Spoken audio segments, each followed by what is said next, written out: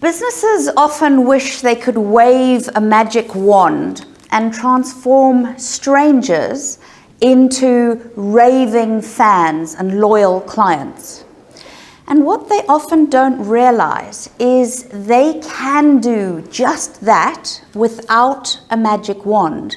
And that resource is sitting right under their noses. It's using their people with customer service to do exactly what I'm talking about. Let me show you what I mean. Here we have a ladder, and you may have heard of the customer relationship management ladder. I'm going to show you how we can take people from the very bottom of the ladder right the way up through the top. So the first, before people even get onto the ladder, they're a suspect. And for a suspect, we market to those people. They don't currently use us. They've never used our products or services at all. But we suspect that they would be great for what we have to offer. The next level up, which moves one rung onto the ladder, is a prospect.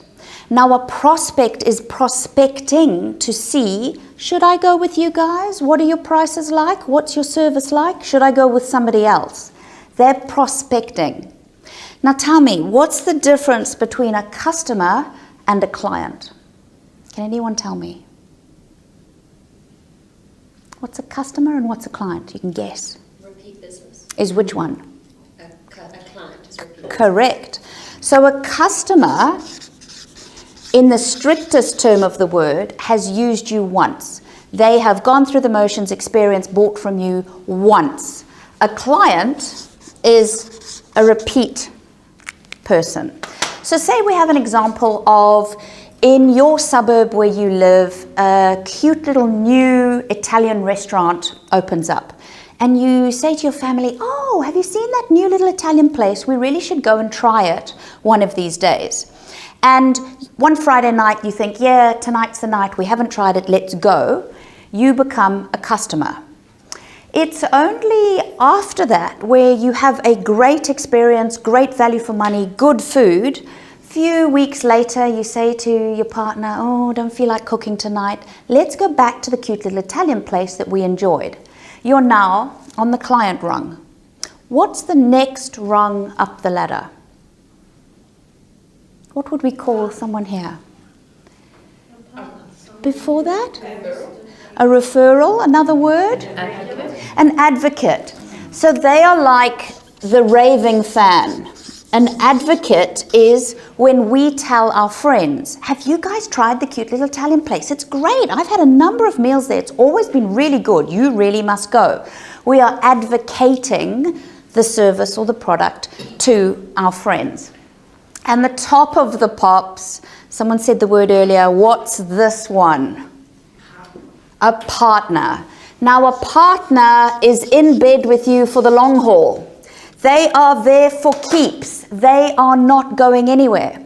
So if you think about us, perhaps we charge into Coles or Woolies or anywhere like that. If you go straight to the toothpaste aisle and you take Colgate off the shelf, then you're a partner with Colgate. If you don't stand there and go, ooh, well, McLean's has come up with something new, let's try that one.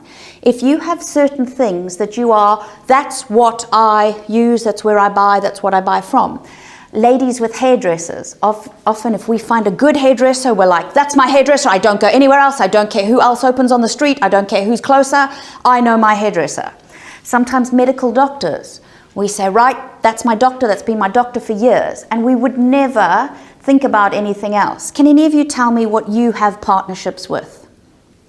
Give me some examples. Hairdresser. Hairdresser. Nail technician. A nail technician, great. Mechanic. A mechanic. Osteopath. Correct, maybe. Sometimes it's the brand of car. Sometimes people tell me, oh, I've had 5 or 6 Holdens or Fords, or once I like a car, I buy the next model and the next model and stick with it. Often people tell me a particular brand of alcohol, if it's a beer they like, or if it's a... They have gone through this ladder to reach partnership status. And your people are the very things that can move people up or down the ladder. How are we going to turn prospects into customers? With offers and?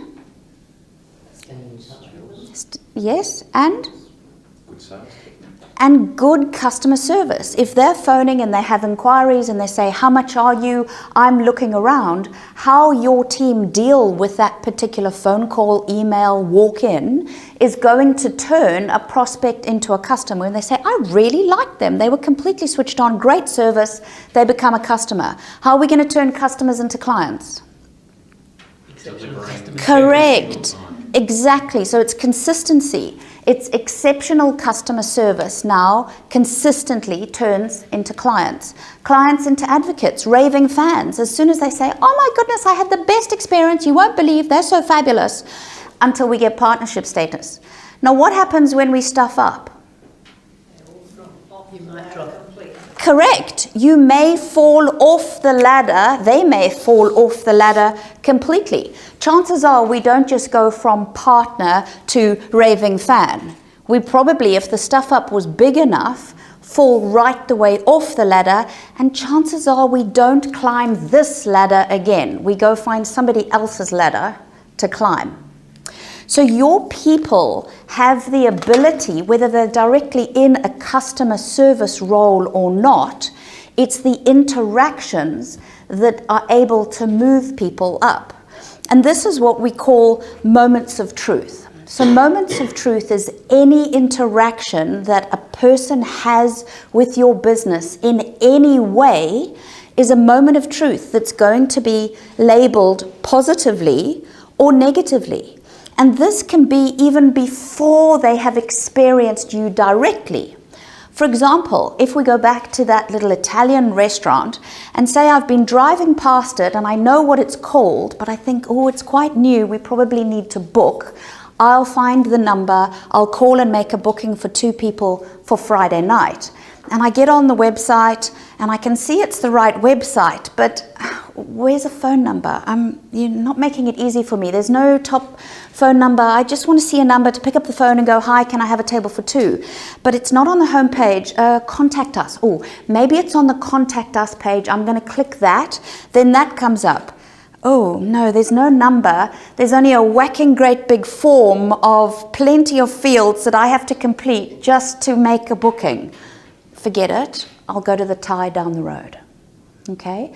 That's a moment of truth that before I have even experienced, it's a moment of truth that I have with the restaurant. I haven't even tasted their food yet. I haven't even given them a chance.